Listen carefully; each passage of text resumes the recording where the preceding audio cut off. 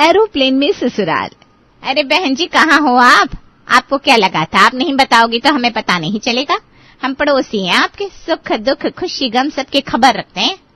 कैसी बात कर दी बहन जी आपने। अरे आपसे क्यों छुपाएंगे, आप आओ ना।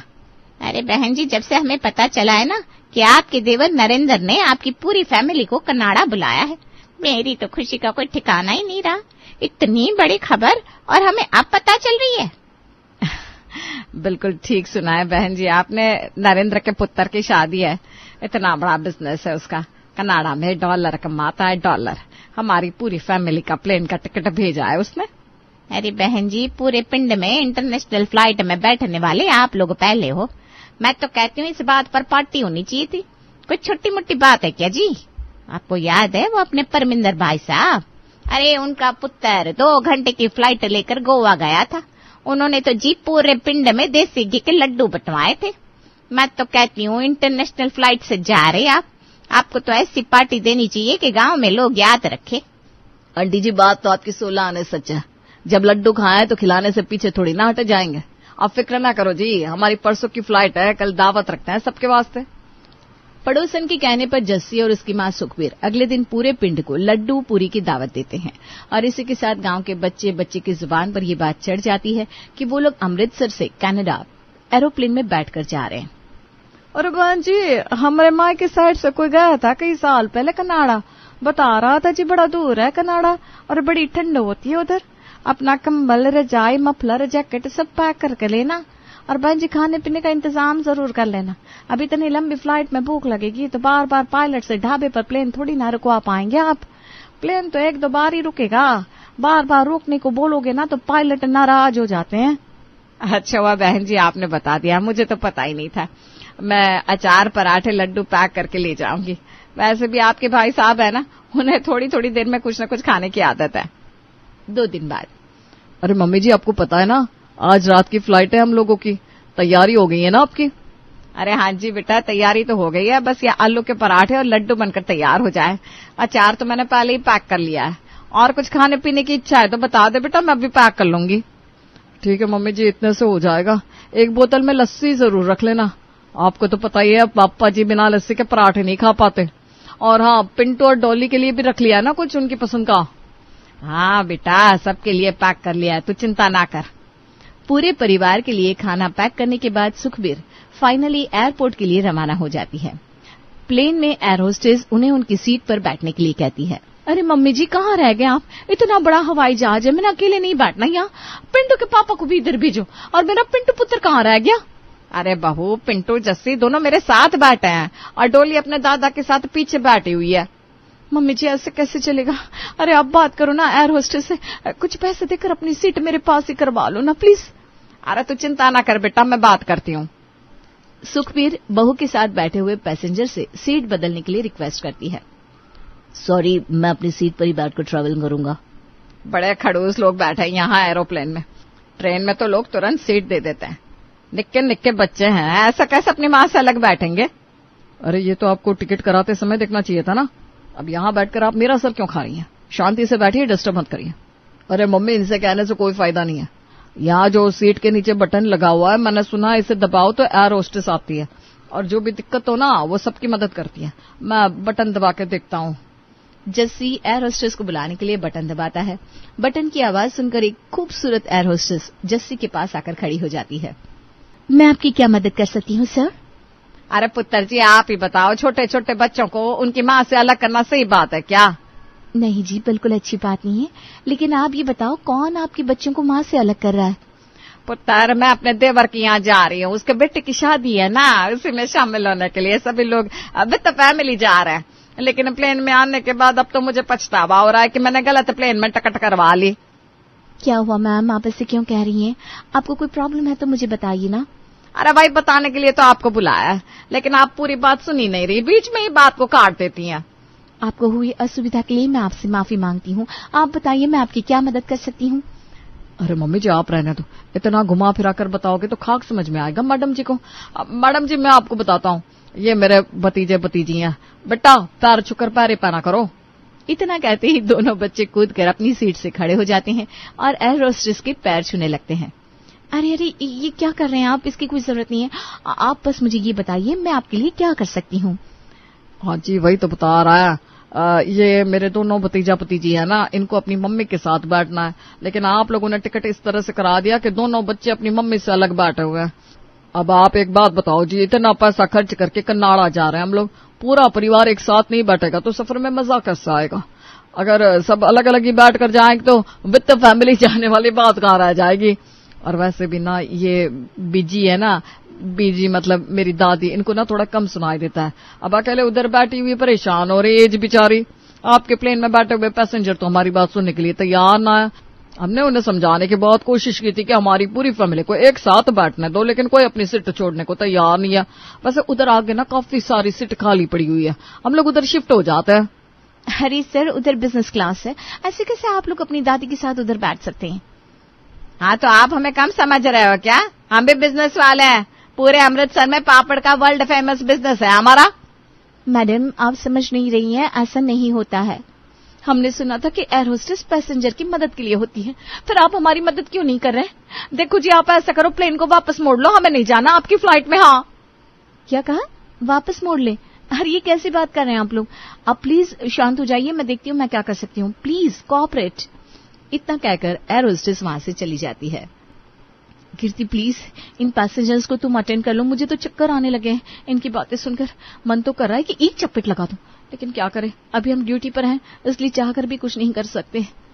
मैं नहीं जाने वाली, उधर का काम मैं देख रही हूँ, तुम इन्हें अटेंड करो। दोनों एयर होस्टेस आपस में बातें कर रही थी, तभी बैल की आवाज सुनाई देती है। फिर से वही है, तुम जाओ सॉर्ट आउट करो। गुस्से को दबाते हुए श्रुति वापस से जस्सी के पास जाकर खड़ी हो जाती है। हेल्प करने का प्रॉमिस करके गए थे, अब तो वापस ही नहीं आए मैडम जी। अब आप बताओ, आप कुछ करने वाले हो या हम लोग खुद ही जाकर उधर बैठ जाए? एयर होस्टेस पीछे की रो में बैठे हुए कुछ पैसेंजर्स से रिक्वेस्ट करके सीट चेंज करने के लिए कहती है। एयर होस्टेस के रिक्वेस्ट करने पर पैसेंजर मान जाते हैं और सुखबीर की फैमिली को एक साथ बैठने के लिए जगह दे देते हैं। आपने साबित कर दिया बहन जी कि दुनिया में अभी भी अच्छे लोग हैं। अरे बच्चों, पैरी पाना करो आंटी अंकल जी को। अरे अपनी सीट बदली है उन्होंने हमारे लिए, और तुम यहाँ बैठकर मुंह देख रहे हो।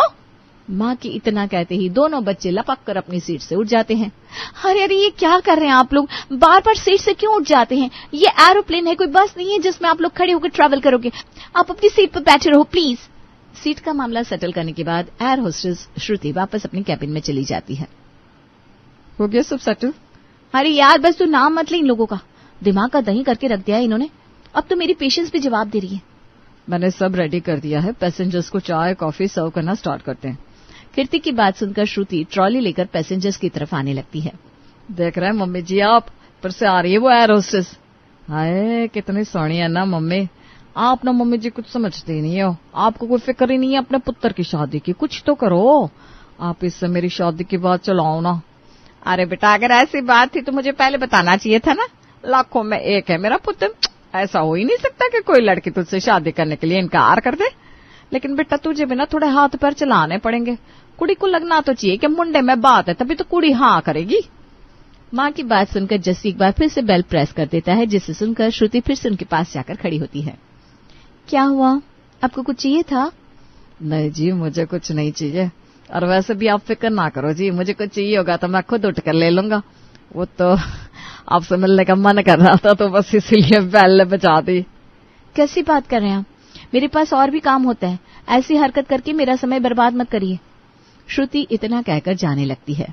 अरे आप भी ना कमाल करते हो जी, मैं समझ गया, आपको सबको चाय पिलानी है, यही काम है ना। अरे आप फिक्र ना करो जी, आप मम्मी जी के साथ बैठकर बातें करो, सबको चाय कॉफी मैं पिला दूंगा।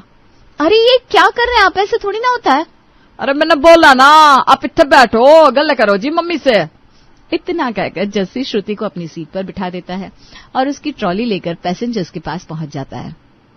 अरे पुत्र बैठना, ठीक तो कह रहा है जस्सी, कितनी देर से दौड़ भाग कर ये तो थक गई होगी। और मेरा पुत्र चाय कॉफी खाना सब काम कर लेता है, और इतना ही नहीं, ये तो पैरों की मसाज भी ना बहुत अच्छी करता है। आप इतनी देर से खड़े हो, पांव तो दुख नहीं रहे पुत्र जी आपके? जस्सी की माँ सुखबीर एयर होस्टेस को उसकी सीट से उठने ही नहीं दे रही थी। वहीं दूसरी ओर जस्सी भाग भाग के प्लेन में सबको चाय और कॉफी सर्व कर रहा था। किसी तरह सुखबीर से अपना हाथ छुड़ाकर श्रुति वापस अपनी ट्रॉली के पास जाती है और बड़ी मुश्किल से समझा बुझाकर जस्सी को वापस भेजती है। अरे कौन लोग हैं यार, कहाँ से आ गए? आज के जमाने में भी इतने डफर लोग होते हैं क्या?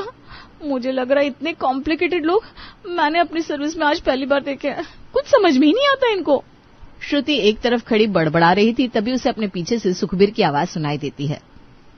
अरे बेटा बता तो था, अमृतसर से आए हम लोग और कनाडा जा रहे हैं। बड़ा अच्छा बिजनेस है हमारा। हमारे घर की बहू बेटियां राज कर रही है, राज। किसी चीज की कमी ना है हमारे घर में। और अपने छोटे से जस्सी के लिए हम ना एक सोनी सी लड़की ढूंढ रहे हैं।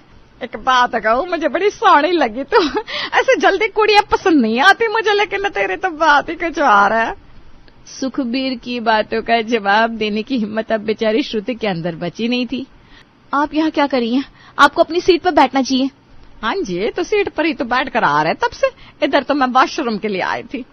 सुखबीर को अपनी सीट पर गए हुए अभी थोड़ी देर बीती थी कि तभी एक बार फिर से सुखबीर एयर होस्टेस को बुलाने के लिए बेल बजा देती है। यस मैम, बताइए मैं आपकी क्या मदद कर सकती हूँ? पुत्र कितने घंटे हो गए हमें इस जहाज में चढ़े हुए। तुम लोग तो प्लेन को कहीं रोक ही नहीं रहे हो। सब लोगों के बैठे बैठे कुल्हे जाम हो गया। क्या कहा आपने? प्लेन को कहीं रुकवाया नहीं हमने। और आपके हिसाब से प्लेन कहाँ रुकना चाहिए था? आप क्या समझ रहे हो जी? हम पहली बार प्लेन में आए तो हमें एरोप्लेन के बारे में कुछ पता नहीं है। हम सब पता लगा के आए। हाँ, इतने लंबे सफर पे हैं, कम से कम कोई ढाबा देकर प्लेन तो रोकना चाहिए था आप लोगों को। छोटे छोटे बच्चे हैं हमारे साथ, एक जगह पर बैठे बैठे परेशान हो गए। हम लोग घर से पराठे और अचार लेकर आए, कब से वेट कर रहे हैं कि प्लेन थोड़ी देर के लिए कहीं रुके तो हम अपना खाना खा लें। ऐसे बैठे बैठे खाना खाया नहीं जाएगा। आपको भी तो भूख लगी होगी ना पुत्र जी, आप भी हमारे साथ ही खाना खा लेना। और वैसे भी आप तो बहुत जल्दी हमारे फैमिली में आने वाले हो। वैसे बेटा जी आप कहाँ के हो? पंजाब से हो क्या? देखिए आप लोग बार बार भूल जाते हैं, आप बस या ट्रेन में नहीं बल्कि एरोप्लेन में बैठे हुए हैं। और एरोप्लेन ऐसी ही गली नुक्कड़ पर रुकता हुआ नहीं जाता। अरे कुछ तो दिमाग लगाइए, हवा में हैं आप अभी। हवा में कौन सा ढाबा होता है जहाँ पर प्लेन रुकवा के आप लोग चाय समोसे खाएंगे? आप नाराज मत हो जी, आप कहोगे तो हम बिना चाय पराठे की भी रह लेंगे। देखो कोई परेशान नहीं करेगा श्रुति जी को, उन्होंने कह दिया प्लेन नहीं रुकेगा मतलब नहीं रुकेगा। हाँ, अब चाय नाश्ता समोसे पराठे सब कन्नाडा जाकर खाना। हाँ। अरे यार ये लोग भांग खा कर आए क्या? प्लेन में बैठने से पहले दिमाग में भूसा भरा हुआ है क्या इनके? ऐसी बातें कौन करता है? मुझसे बोल रही हैं प्लेन साइड में लगाओ, अचार पराठे खाने हैं। सीरियसली? तू क्यों इतना सीरियस हो रही है यार? पार्ट ऑफ द जॉब है, छोड़ ना, बाकी पैसेंजर्स पर ध्यान दे। अपने उस जंगली से बेटे की शादी मेरे साथ करने के सपने देख रहे हैं ये लोग। बार बार इंडिकेशन दे रहे हैं मुझे। अब तो एकदम हद ही हो गई है। एक बार प्लेन से नीचे उतर जाऊं उसके बाद मैं इन्हें बताऊंगी कि ये चंडीगढ़ वाली श्रुति चीज क्या है। पंजाब से कनाडा जाने वाली इस फ्लाइट में बैठे हुए सुखबीर और उसके पूरे परिवार ने मिलकर एयर होस्टेस श्रुति को एकदम नाक में दम कर दिया था। आखिरकार लंबे सफर के बाद फाइनली प्लेन कनाडा में लैंड होता है और सभी पैसेंजर उतर कर जाने लगते हैं। जस्सी भी अपनी मां सुखबीर और बाकी के परिवार के साथ प्लेन से उतर गया था और अब एयरपोर्ट पर खड़ा होकर अपना सामान कलेक्ट कर रहा था। अरे देख तो ये वही एयर होस्टेस है ना, देख अपनी यूनिफॉर्म चेंज करने के बाद तो और भी सोहनी लग रही है। मम्मी जी अब कंट्रोल नहीं हो रहा है मेरे से, मैं जा रहा हूँ, उसे फोन नंबर लेकर आता हूँ। जस्सी दौड़ते हुए श्रुति के पास जाता है। अरे श्रुति जी आप तो बड़े सोहने लग रहे हैं इस ड्रेस में। बस मैं आपसे ये कहना चाह रहा था कि वो सब जो आपसे फ्लाइट में बात हुई ना वो मजाक नहीं है, मैं सच्ची में आपको बहुत पसंद करता हूँ। आप अपना फोन नंबर और एड्रेस दे दो, मैं अपनी पूरी फैमिली को लेकर आपके घर आऊंगा। माना जी बहुत सीरियस हूँ। अरे बंद करो अपनी बकवास, परेशान हो गई हूँ। 16 घंटे की फ्लाइट में बोल बोल के दिमाग खाली कर दिया है तुम लोगों ने। क्या एकदम जंगल से उठकर चले आए हो? एरोप्लेन में पहली बार बैठने वाले बहुत लोग आते, लेकिन आप लोगों की जैसा जंगली परिवार मैंने आज तक नहीं देखा। अब क्या कह रहे हो, तुम मुझसे शादी करोगे? हैं? मतलब लड़की की पसंद नापसंद जाननी जरूरी नहीं होती है? मैंने कब कहा मैं तुमसे शादी के लिए तैयार हूँ और तुम मेरे घर अपने पेरेंट्स को लेकर आ सकते हो? कब कहा मैंने? और कहाँ है तुम्हारी मम्मी, जरा बुलाओ तो। श्रुति की आवाज सुनकर सुखबीर भी वहां पर आ जाती है। वेरी गुड, आ गई आप भी। कान खोलकर सुन लीजिए, मैं पहले से शादीशुदा हूँ और 2 बच्चों की माँ भी हूँ। दुनिया में आखिरी लड़का भी बचा होता ना आपका जस्सी, तब भी शादी ना करती आपके बेटे से। अरे बेटा बड़ी खतरनाक है ये लड़की तो, देख कैसे चप्पड़ चप्पड़ जुबान चला रही है।